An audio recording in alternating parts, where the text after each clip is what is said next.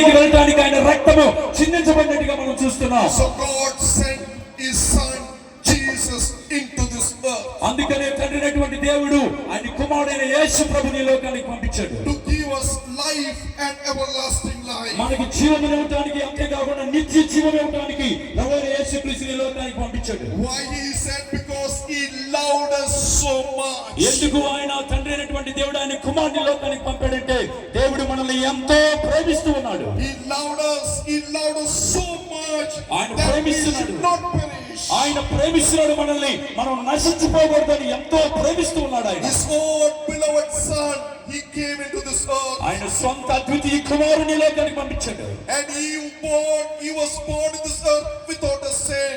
ఆయన పాపము లేకుండా ఈ లోకంలో జన్మించాడు. And the Bible says he who knew no sin became sin for us. అయితే ఆయనకి పాపము తెలుసు కనుక ఏ పాపము లేకుండా ఆయన జన్మించాడు ఈ లోకంలో. And he died on the cross of Calvary for our ఆయన sin. మన కొరకు ఆయన కల్వరి శిలువలో ఆయన మరణించాడు. He died for us. ఆయన మన కొరకు మరణించాడు. And the Bible says in him was life, and the life was light of men. Light shineth in darkness, and darkness comprehended it దేవుని యొక్క not. వాక్యము సెలవిస్తున్నది, ఆయనలో ఎంత మాత్రం చీకటి లేదు, ఆయన వెలుగు అయినాడు.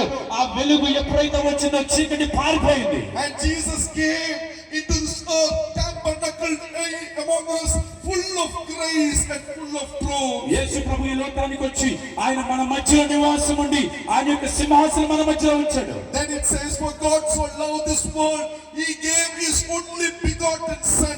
Whoever believe in him. అందుకని వాక్యం సెలవిస్తుంది, దేవుడు ఈ లోకముని ఎంతో ప్రేమించాడు కాగా తన అద్వితీయ కుమారుడైన యేసు ప్రభుని ఈ లోకానికి పంపాడు.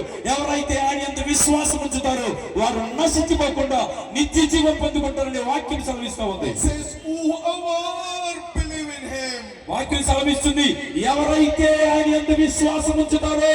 It is not for only Christian people. ఇది ఓన్లీ క్రైస్తవులకి కాదు, It is not only for Hindu people. ఇది హైందవులకి కాదు, It is for everyone in this earth. ఈ యొక్క భూమి మీద ఉన్నటువంటి ఎవరైనా సరే విశ్వసిస్తారో, Whoever believe in him. ఎవరైతే ఆయన యందు విశ్వాసం ఉంచుతారో. That Jesus came into this earth. యేసు ప్రభు ఈ యొక్క భూమి మీదకి వచ్చాడు. And he died for my sin. ఆయన నా పాపం నిమిత్తం మరణించాడు. And third day he resurrected. మూడో దినము ఆయన తిరిగి పునరుత్థానుడై తిరిగి లేచాడు.